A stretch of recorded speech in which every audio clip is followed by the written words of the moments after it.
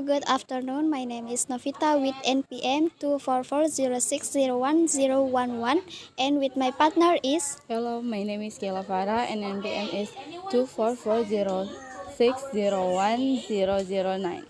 So, we are delegation of Group 5 with the member is Astiwari Pakonglian, Herman Wansya, Putri Bahar, and the last is Tiara Frisa Awalia.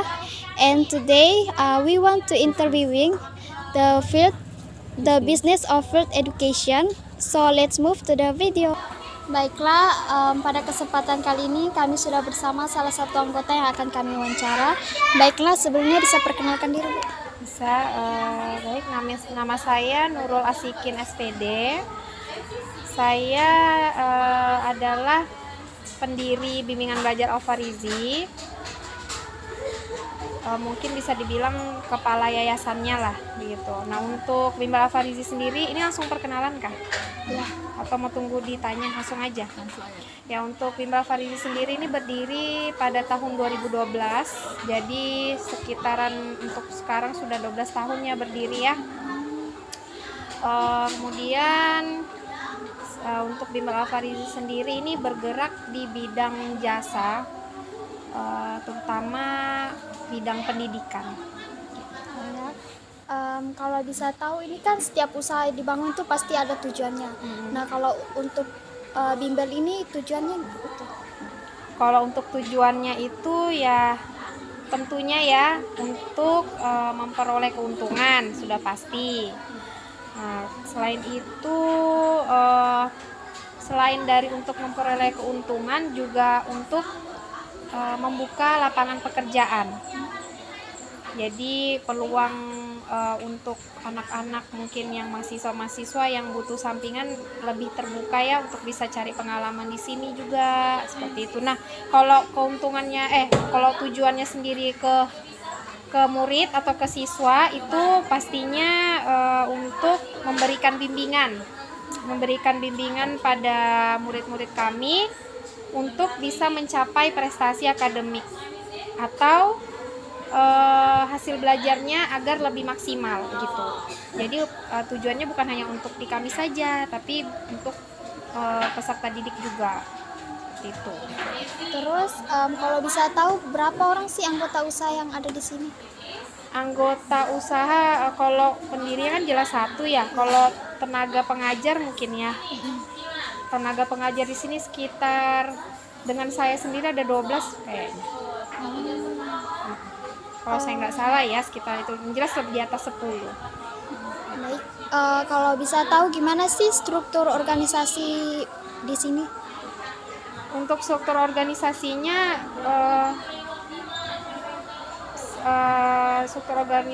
otomatis dari saya sendiri kan owner atau pendiri bimbel, kemudian ada saya punya wakil, kemudian dengan admin atau sekretarisnya saya tugaskan juga, sisanya itu tenaga pengajar. Baiklah, pertanyaan selanjutnya, bagaimana cara kakak memproduksi jasa?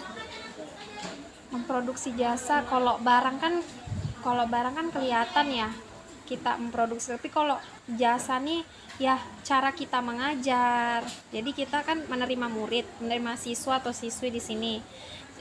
Untuk produksinya ya kita dengan cara kita mengajar semaksimal mungkin, kemudian nanti anak-anak kan pasti dapat hasilnya lebih baik gitu, seperti itu. Baiklah, mungkin pertanyaan selanjutnya bisa dilanjutkan.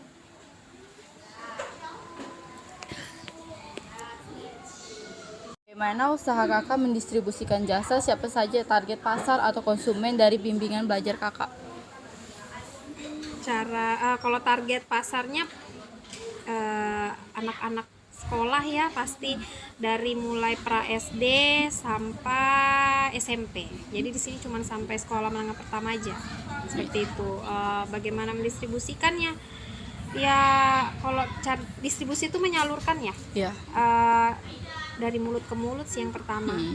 Dari mulut ke mulut pasti kan nyampaikan tuh.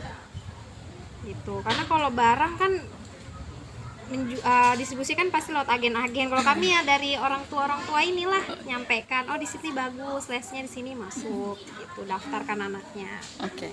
Apa strategi kakak untuk mempertahankan bimbingan belajar agar tetap berjalan dan berkembang? Strateginya, satu, promosi itu harus tuh. Mau dia jual barang atau jual jasa, promosi itu harus.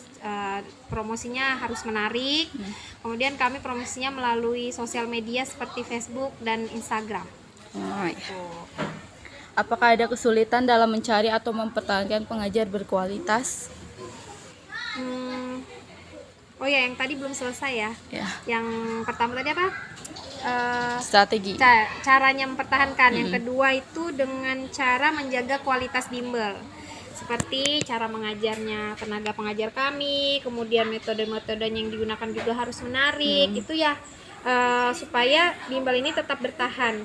Kemudian menambah program-program belajar seperti latihan-latihan soal, mengadakan kuis. Terus kami juga ada namanya outbound.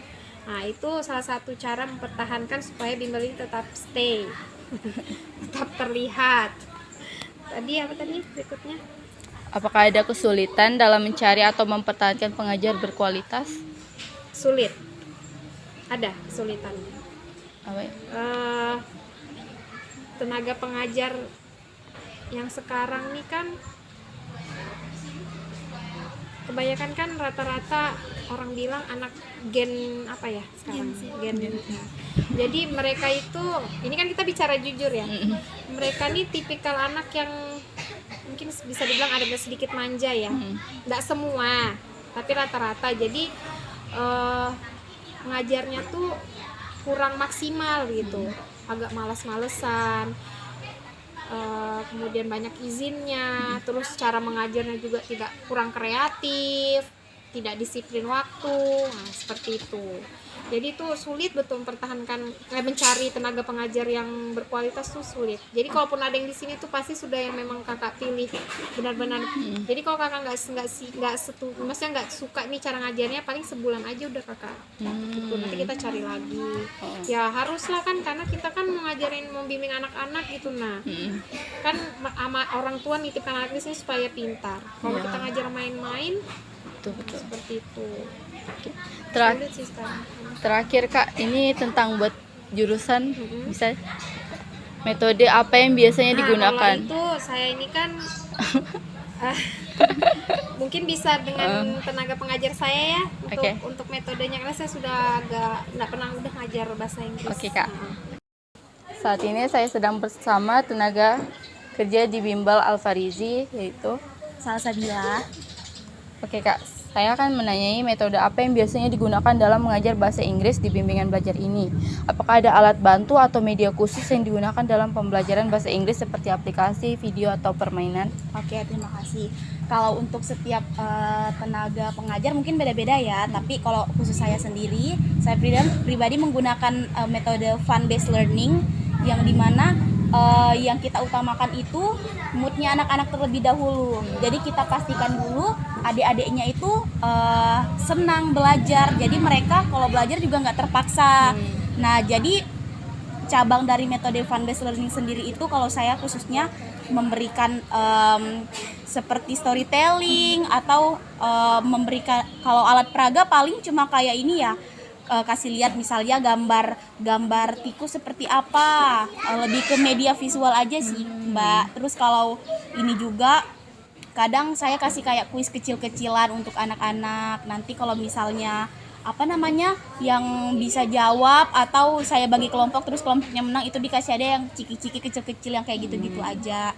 Tapi yang paling utama metodenya itu si fun based learning. Jadi biar bagaimana adik-adik itu bisa tertarik datang dulu, bukan karena terpaksa belajar, tapi memang karena kelasnya itu dibangun se-fun mungkin, seperti itu. Terus juga menggunakan pendekatan biar bagaimana kita itu bisa dekat secara emosional sama adik-adik, yang kalau misalnya setelah pembelajaran mungkin kita bisa tos-tosan sama mereka semua. Kayak gitu aja sih kalau dari saya. Terima kasih Kak. Iya. Terima kasih Kak atas waktunya. Mohon maaf mengganggu. Okay everyone, I think that's all. Thank you so much for watching. Bye.